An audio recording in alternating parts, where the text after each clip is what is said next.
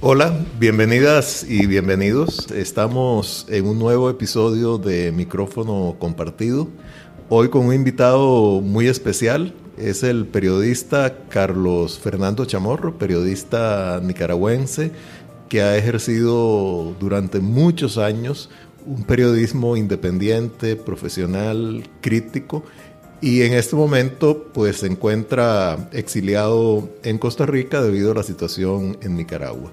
Les habla Eduardo Ulibarri, estaremos acompañados por Sol Echeverría, que es parte del equipo de este podcast. Y la idea es explorar la situación actual de Nicaragua, sobre todo partiendo de que este 18 de abril se cumple un año de que comenzaran las protestas en Nicaragua que condujeron a centenares de muertos, presos políticos y a una situación muy crítica.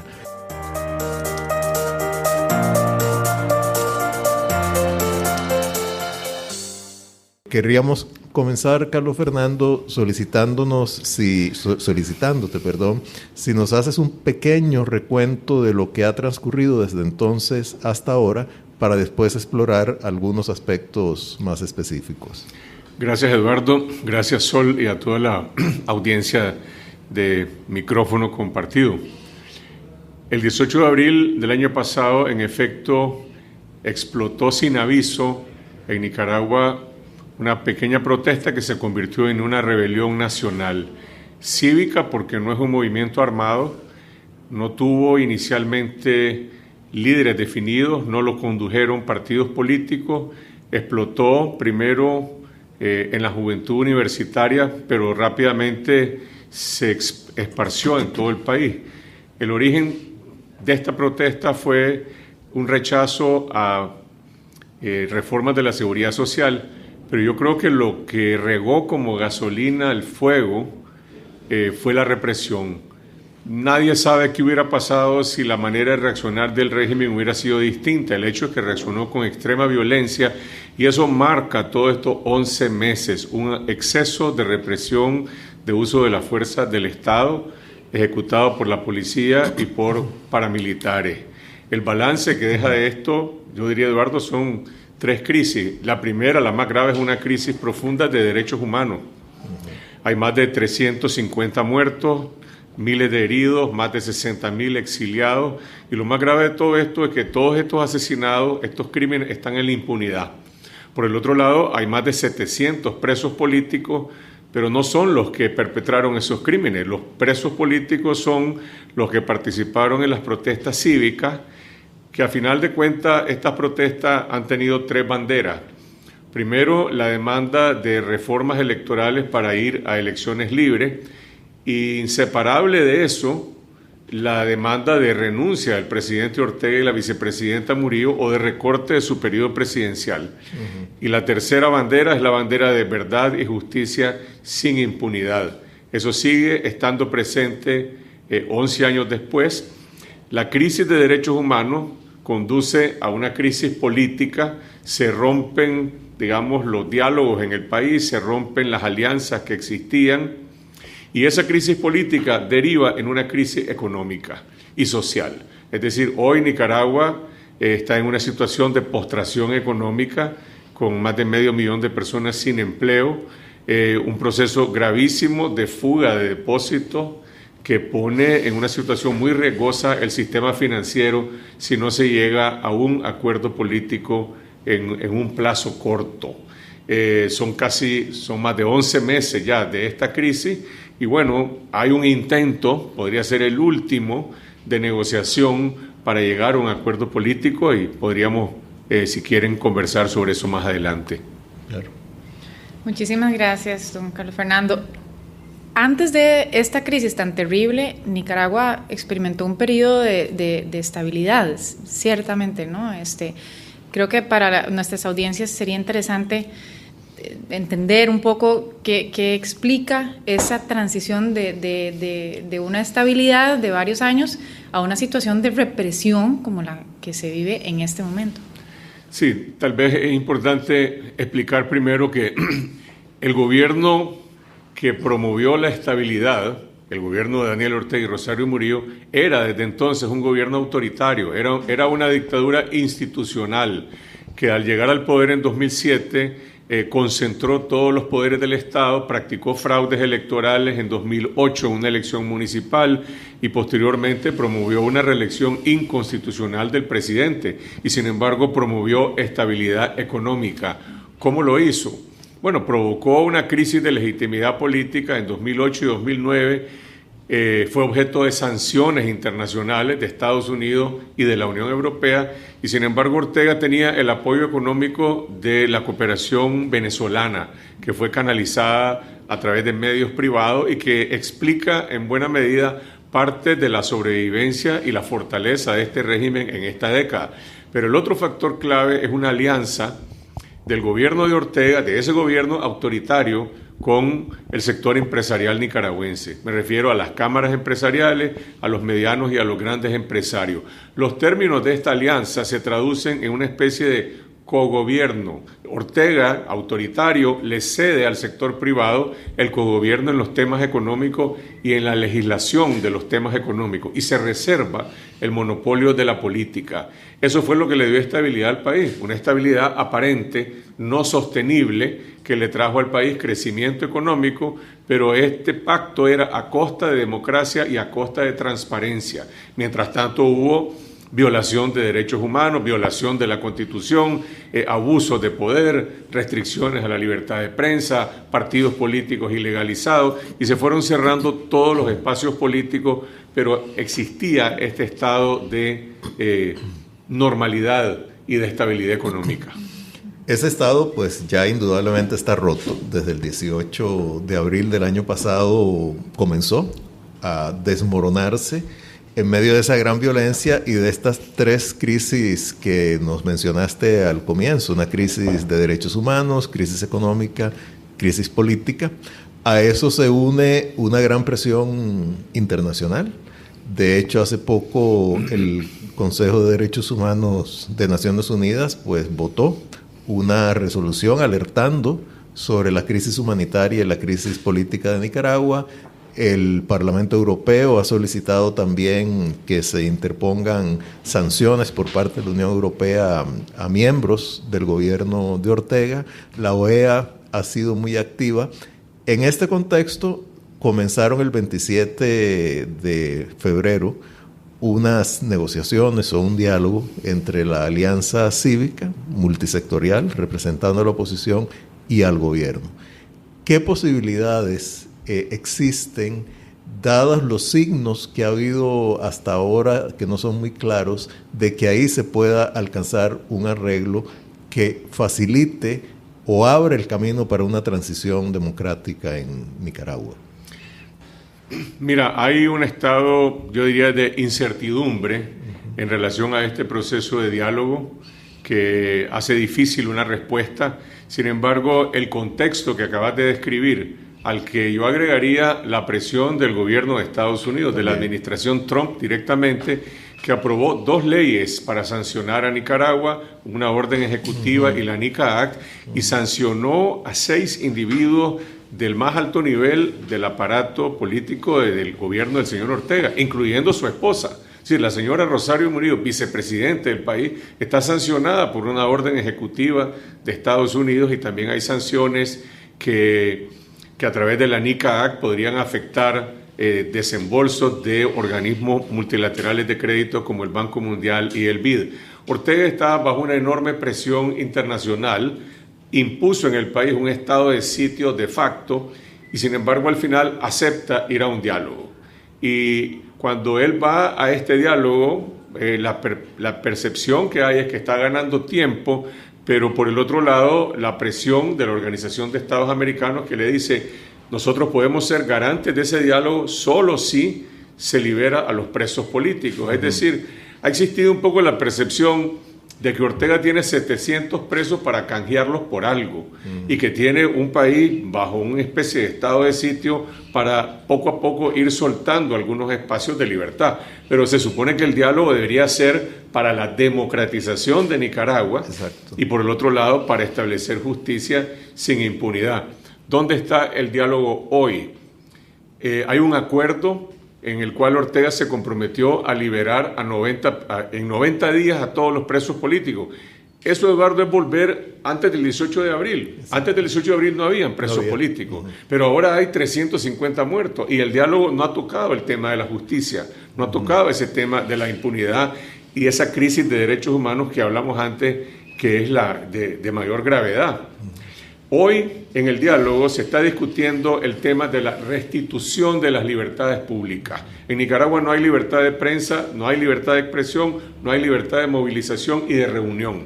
Y todavía el gobierno llegó a la mesa de negociación a decir que lo que pasa es que en el país ocurrió un golpe de Estado fallido y que por eso los derechos están suspendidos. En realidad están suspendidos de facto.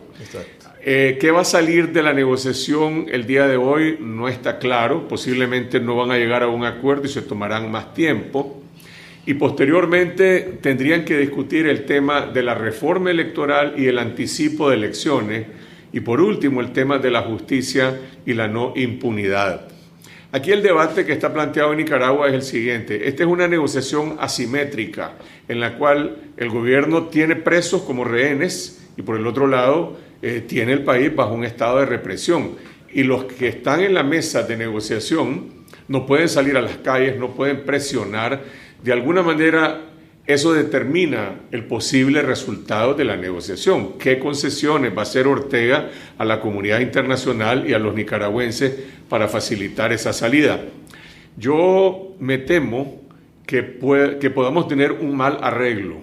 Nicaragua necesita un acuerdo nacional que resuelva o intente resolver el tema de los derechos humanos, el tema de la democracia y el tema de la justicia. Si solo se atiende uno de ellos por la premura que hay de la crisis económica, y aquí volvemos al tema de los grandes sectores empresariales que están urgidos porque se llegue a un acuerdo. Los banqueros han dicho en Nicaragua no hay plata, no hay financiamiento para el ciclo agrícola. Urge un acuerdo político para resolver las cosas, pero tiene que ser un acuerdo que resuelva también el tema de las elecciones y el tema de la justicia. Y el riesgo de un mal acuerdo... ¿Cuándo podría saberse si se supera? Porque estamos hablando, bueno, primero de restituir libertades democráticas, o sea, prácticamente cumplir la letra de la Constitución. Absolutamente. Luego, liberación de presos políticos, lo cual también, como acabas de decir, sería volver un poco a la situación previa. Pero la parte más crítica serían las reformas electorales y el adelanto de las elecciones. Esa... Por lo que yo he leído, la Alianza Cívica lo pone como condiciones sine qua non para que pueda haber un arreglo, pero eso podría en el camino debilitarse ante la urgencia económica, sobre todo de los representantes empresariales. A ver, yo creo de que hay un nivel de consenso nacional en Nicaragua en el que incluyo también la presión externa, Estados Unidos y el sector empresarial, en el que sí es prácticamente innegociable reforma electoral y anticipo de elecciones. Pero hay otro tema, que es el tema de la justicia sin impunidad, donde no todos esos sectores que estoy describiendo lo asumen, digamos, con la misma urgencia. El riesgo que puede ocurrir, creo yo, es que se resuelva, bueno, el tema es si cumple o no cumple Ortega cabalmente todo lo que se está planteando, porque hasta hoy no ha cumplido nada. No han sacado a los presos, no se han restituido las libertades. Puede haber una promesa de reforma electoral, puede haber una promesa de anticipo de elecciones, ¿a cambio de qué? ¿Qué va a pedir Ortega a la otra parte para hacer esa concesión? Pues obviamente uno supone que va a pedir impunidad, que va a pedir una amnistía o algo que proteja a los perpetradores de estos crímenes que de una u otra forma en algún momento van a ser sometidos ante la justicia. Un mal arreglo implica una alta cuota de impunidad. Eso divide al país y posiblemente afectaría en una eventual elección la globalidad, la unidad de una coalición azul y blanco que se requeriría en Nicaragua para ganarle una elección a Ortega, que no creo que sea algo difícil. Es decir, si se unen todos los sectores que hoy han estado luchando en su contra. Ahora usted precisamente mencionó que una táctica posible de Ortega en este caso es ganar tiempo y me quedé pensando ¿para qué? Pero justamente nos está aclarando pues probablemente para poder tener un trato con que salga con impunidad y no tenga que pagar por sus crímenes. Y usted nos menciona que esto definitivamente dividiría el país. Me hace pensar en que si definitivamente durante esta década de aparente estabilidad, en donde se barrió completamente con la posibilidad de manifestación política, ilegalidad de partidos políticos, etcétera, la misma oposición ha tenido que agruparse y organizarse muy rápidamente, en donde los liderazgos, no sé, probablemente no todos tienen la misma visión, que sería lo normal, porque así es el ser humano, es diverso. ¿Cómo cree usted, cómo percibe que está manejando en este momento ese alineamiento la oposición? A ver, cuando se habla de la oposición en Nicaragua, el otro día entrevistaba a Víctor Borges, que acaba de hacer una encuesta, y Víctor Borges decía, en Nicaragua no hay oposición porque no hay partidos políticos. Y bueno, y después él mismo se corrigió, dijo, sí hay oposición, pero no está organizada en partidos políticos. Esa oposición tiene líderes estudiantiles universitarios que se conocieron hace 8 meses. Entre ellos mismos crearon organizaciones y ahora son personas muy conocidas a nivel nacional. Los más importantes están presos o están en el exilio, muy pocos están en Nicaragua. Tiene líderes sociales, campesinos, tiene líderes empresariales y tiene líderes también de diferentes espacios, digamos, de la sociedad civil. Se requiere de una reforma electoral sin trampas, que facilite que se pueda crear una coalición política que es la fuerza que va a ir a competir con el Partido Frente Sandinista, que es la principal fuerza, digamos, política que hay en el país. ¿Es posible que se unan? Sí, sí es posible que se unan. Los incentivos para que se unan dependen de la calidad del arreglo. O sea, yo no tengo dudas de que va a salir un resultado de la negociación. Lo que uno tiene que en este momento que vigilar, y esa es nuestra labor como ciudadanos, como periodistas, fiscalizar este proceso, es que este arreglo no sea a costa de los que han puesto las víctimas. Y vuelvo a mi punto anterior, yo creo que se requiere nivelar los términos de la negociación. Yo quisiera ver a los presos en las calles hoy en Nicaragua presionando y movilizándose. Entonces vos tendrías una situación política completamente distinta. El 27 de febrero, cuando, no recuerdo si fue ese día, pero en los días siguientes aprobaron una hoja de ruta, que más que una hoja de ruta es una metodología de la negociación, y dijeron, vamos a llegar a un acuerdo el 28 de marzo. Eso es el viernes.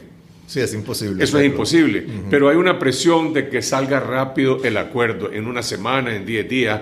Yo en lo personal preferiría un poco que se prolongue la tensión para llegar a un buen acuerdo en términos en los que se nivele la negociación y que Ortega también pueda enfrentar la presión popular. O sea, que levanten el estado de sitio, que la gente salga a las calles, que se restituya la libertad de prensa y posiblemente vamos a tener un resultado mejor de la negociación.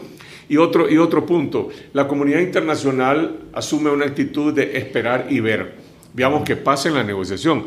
Mi punto de vista es que tienen que mantener la presión. Es decir, a un dictador como Daniel Ortega no va a ceder lo que el pueblo de Nicaragua está reclamando si no es sometido bajo una presión nacional e internacional simultánea permanente. ¿Cuáles serían instrumentos adicionales a los que ya existen para aumentar la presión internacional hacia Ortega e impulsar que idealmente haya un resultado adecuado del diálogo y que luego conduzca a elecciones ya con un panorama mucho más abierto y con garantías para los participantes? Pero desde el punto de vista internacional, multilateral o bilateral, ¿cuáles serían acciones que no se han tomado y que podrían tomarse?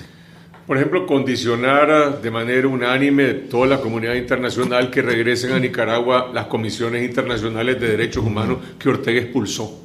Ortega expulsó a la CIDH, expulsó a la Alta Relatoría de Derechos Humanos de la ONU y también al Grupo Internacional de Expertos Independientes. Vos podés decir, bueno, si no regresan, ese diálogo no puede seguir progresando porque no hay ninguna verificación del estado de los derechos humanos. Hay otros canales que tienen que ver con afectaciones que podrían tener las finanzas públicas del control que Ortega tiene sobre la economía estatal.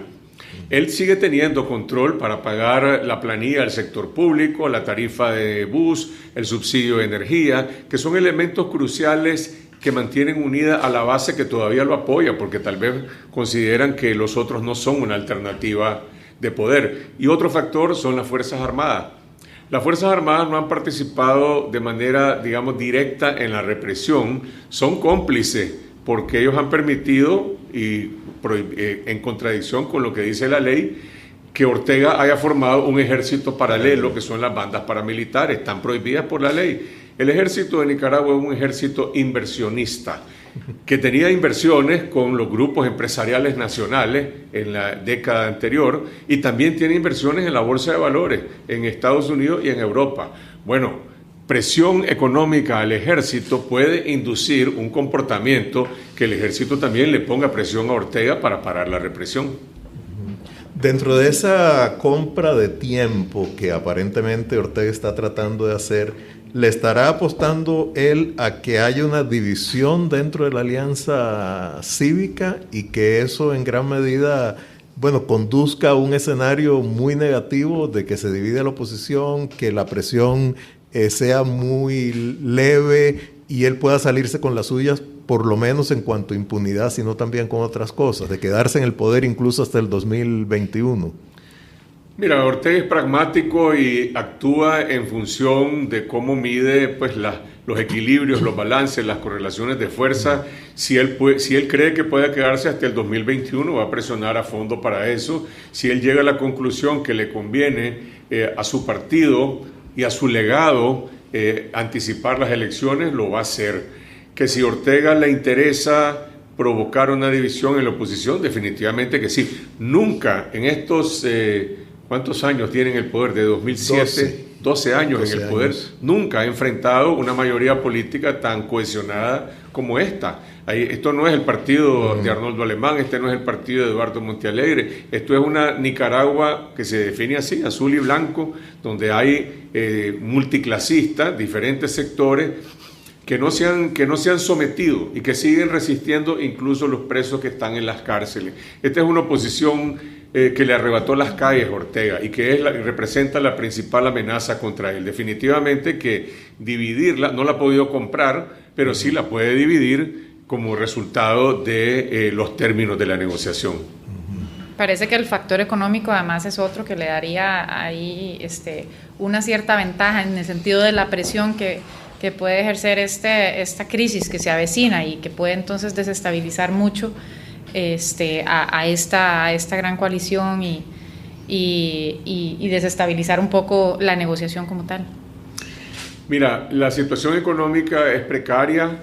El gobierno, de hecho, hace un mes aprobó las reformas a la seguridad social que eran en una versión empeorada de la que se quiso imponer el 18 de abril del año pasado, y además impuso una reforma tributaria que está teniendo un impacto incrementando los precios de la canasta básica entre un 20 y un 30%. Eso está afectando los bolsillos de la gente. No está provocando todavía protestas en las calles producto del malestar económico y social, pero es una cosa que se puede desencadenar. De manera que el tiempo económico también va en contra de Ortega. Es decir, él busca ganar tiempo fundamentalmente para parar la presión de las sanciones externas. Y de hecho, una de las pocas cosas que se ha explicitado de la agenda del gobierno en esta negociación es que proponen que como parte del arreglo final haya un llamado a la comunidad internacional para que no se sancione a Nicaragua. Con eso lo que está diciendo Ortega es que en efecto la presión de la comunidad internacional tiene un efecto, pero por el otro lado tampoco le ha devuelto al pueblo el derecho a las calles. Yo personalmente creo, Eduardo, que para Ortega lo más importante del equilibrio de fuerzas del país hoy es el derecho a la libre movilización junto con la libertad de prensa y la libertad de expresión. Carlos Fernando, yo tengo la impresión, bueno, y eso es como bastante generalizada, es una opinión bastante generalizada, de que mucha de esa base que todavía le queda a Ortega, en gran medida es gente que son producto de un cierto clientelismo, o sea, de una época en que había una ayuda venezolana que no pasaba necesariamente por el presupuesto de la República, lo cual le daba una gran laxitud al gobierno para utilizarla como quisiera, y con esa ayuda pues generaba ciertos apoyos muy básicos a la población, pero ya esa ayuda no existe. La economía se está contrayendo. Yo creo que los cálculos son que en el 2008 se contrajo como un 3 o un 4%. Menos 4%. Y este año podría ser mucho peor. Menos 11%. Menos 11%, un gran desempleo. La base fiscal se ha erosionado mucho. Entonces, bueno, ¿de dónde puede sacar Ortega recursos para mantener operando al Estado y sobre todo para mantener algún tipo de clientelismo que le garantice un cierto apoyo prolongado de esa base, sobre todo si le añadimos, como acabas de decir, que los precios de la canasta básica están aumentando y eso golpea de una manera muy directa a amplios sectores de la población? Ellos tienen que estar haciendo el cálculo político de hasta dónde, digamos, sus recursos económicos les permiten mantener la estabilidad de esa base, que son en primer plano los empleados públicos, la planilla de la policía, el presupuesto de los paramilitares y luego la base de influencia. Sí tienen recursos para algunos meses.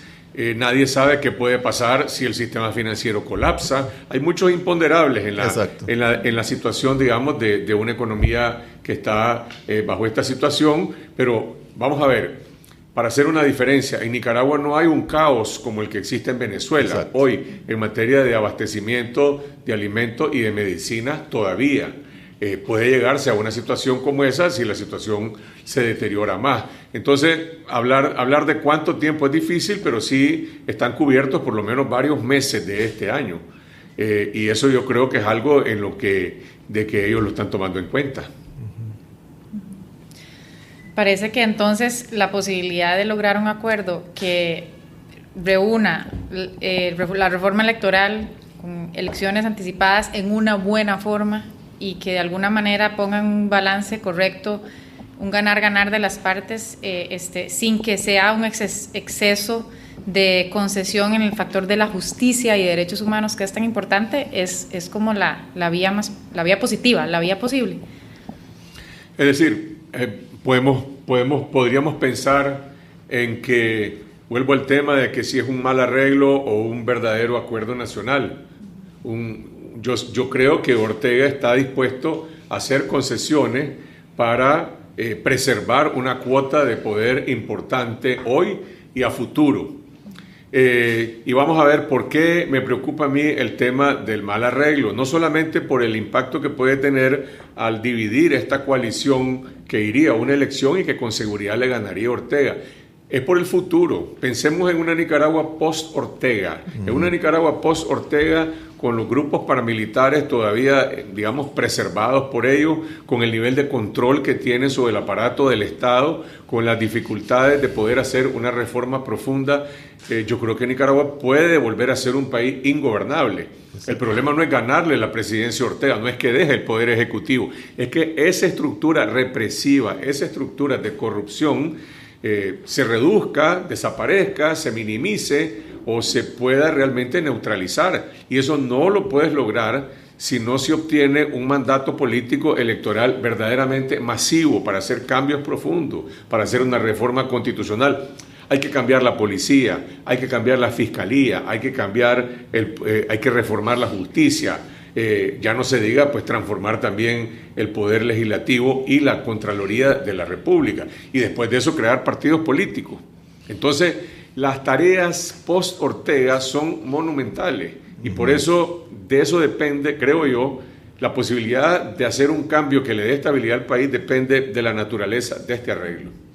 Volviendo al proceso del diálogo, Carlos Fernando, al comienzo se había hablado de que la Conferencia Episcopal de Nicaragua, que ha tenido, por cierto, un papel muy importante y yo me atrevería a decir positivo en toda esta lucha cívica, fuera una especie de acompañante o de garante. La Conferencia Episcopal decidió que no. Desde mi punto de vista fue una decisión acertada. Y luego, si mal no recuerdo, el 14 de marzo se incorporó una delegación, primero un delegado de la OEA, al cual tengo entendido que se han sumado 2 más como testigos y acompañantes de ese diálogo. ¿Qué impacto podrá tener en el proceso esa presencia de delegados de la Organización de Estados Americanos y hasta dónde, hasta cuándo estarían ellos dispuestos a sostenerse ahí si no se logra algo tangible y adecuado en un plazo razonable? Primero, un comentario sobre la Conferencia Episcopal. En efecto, es la institución que tiene mayor nivel de credibilidad y respeto en Nicaragua, en gran parte por su trayectoria histórica en esta década, pero también por la manera en cómo ellos se pusieron al lado de las víctimas durante toda esta crisis de estos 11 meses. Ortega les pidió a ellos en mayo del año pasado desesperadamente que organizaran un diálogo nacional como mediadores y testigos. Posteriormente los acusó de golpistas y prácticamente los satanizó. En Nicaragua había una persecución en contra de la Iglesia Católica. En este proceso, hay que decirlo con nombre y apellido, los obispos fueron vetados por el señor Ortega, es decir, algunos obispos en particular, el obispo Silvio Báez, etc. Finalmente, la Alianza Cívica logró convencer al gobierno que tenía que estar la Conferencia Episcopal, pero es algo así como quien dice alguien que no es bienvenido por la otra parte, y pusieron ciertos límites sobre qué obispos podían participar. Frente a esas circunstancias, los obispos, yo creo que sabiamente dijeron, mejor nosotros vigilamos de afuera este proceso. Eso creó una crisis y aceleró y le puso presión al proceso. La Alianza Cívica presionó más al gobierno y posteriormente entró la OEA. Y lo que voy a decir no voy a cometer una infidencia porque ha salido públicamente, pero puedo decirlo como testigo personal. Yo conversé con el señor Almagro. Hace 2 semanas estuve en Washington con una misión de la CIP que visitamos Almagro, y en la conversación que tenía que ver con temas de libertad de prensa y estas cosas, él dijo, nosotros estamos dispuestos en Nicaragua a ser testigos y garantes de ese proceso, pero de un proceso integral, no de solamente el aspecto electoral, sino de todo el proceso que incluye los derechos humanos, que incluye justicia, que incluye democracia. Y el delegado de Almagro y las personas que están ahí, entiendo yo, que no están ahí solamente para ver aspectos técnicos de este acuerdo, sino la globalidad del acuerdo. Yo creería que hay un compromiso sólido de parte de la Organización de Estados Americanos en relación a ser testigos y eventualmente también garantes de este acuerdo, pero ellos no son los negociadores. Depende de cuál sea el resultado, pero que sí tienen un compromiso y que sí hay confianza en la sociedad nicaragüense en la OEA, yo diría que sí. Tal vez una pregunta desde una perspectiva estrictamente costarricense. Hay gente inquieta porque, si se quiere, Ortega ha tenido una tradición de que ante presiones internas muy fuertes trata de generar crisis externas. Y siempre, pues, Costa Rica es una tentación para generar crisis. Hasta el momento eso no ha ocurrido. ¿Habrá alguna posibilidad o estará él tan agobiado por la situación interna y por el proceso negociador, y además tendrá como la negativa de otros sectores a embarcarse en algunos conflictos adicionales, que esa dimensión de la crisis podría más bien no darse? No se puede descartar que eso puede ocurrir. Me refiero a la fabricación artificial de un conflicto fronterizo o de otro tipo con Costa Rica, precisamente para abrir otro frente y desviar la atención. Yo, Eduardo, conozco a Daniel Ortega, lo conocí en el Frente Sandinista y lo conozco también como periodista, como observador, como crítico y también desde la oposición, y lo que he aprendido es que no se puede desestimar la capacidad política de Ortega en el sentido de su persistencia a aferrarse al poder y a ver posiblemente lo que otros no ven, adelantarse a determinados escenarios.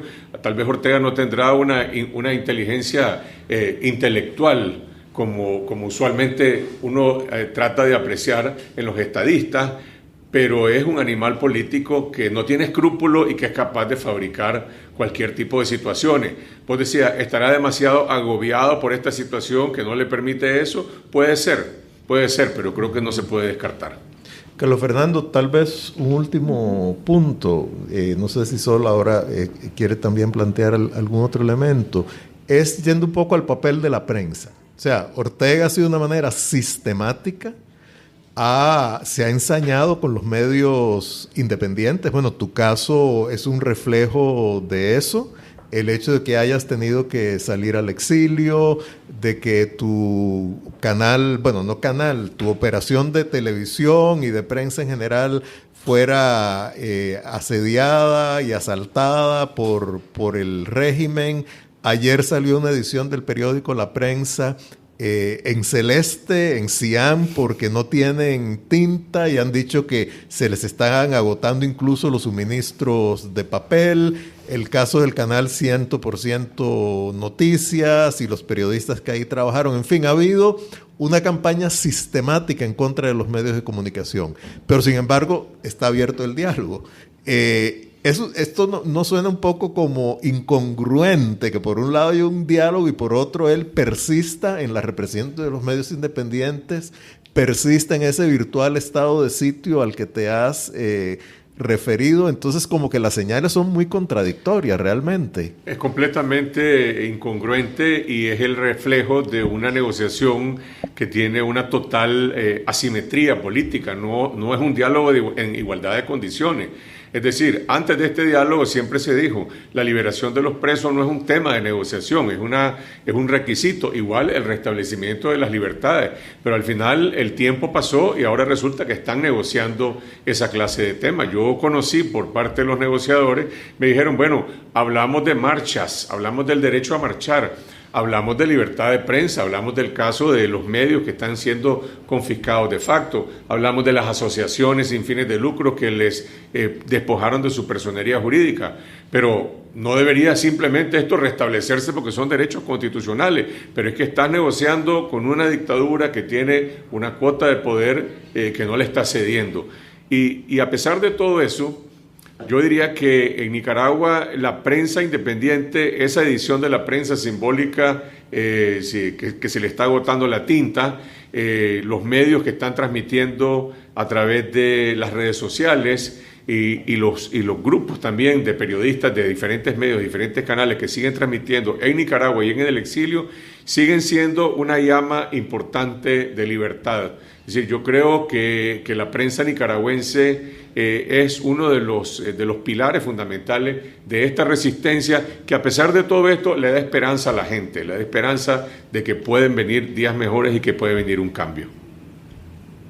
No, de mi parte solamente agradecerle, don Carlos Fernando, por venir y ayudarnos a entender mejor la situación, el panorama, los escenarios que vienen adelante. Definitivamente estamos los costarricenses cerca, no solo geográficamente, sino también desde el corazón. Hemos seguido esta situación con mucha tristeza y mucho dolor y nos interesa mucho entender para saber cómo desde aquí también podemos ayudar. Bueno, me sumo al agradecimiento de Sol Echeverría y esperamos que pues estas negociaciones paren en algo adecuado y que si no se busque alguna otra vía, pero lo que sí es insostenible es la situación actual en Nicaragua. De parte de Sol Echeverría, de parte mía, Eduardo Ulibarri, pues les agradecemos no solo a Carlos Fernando, sino a nuestras amigas y a nuestros amigos por prestarle atención a este nuevo episodio de Micrófono Compartido. Muchas gracias. Gracias a ustedes.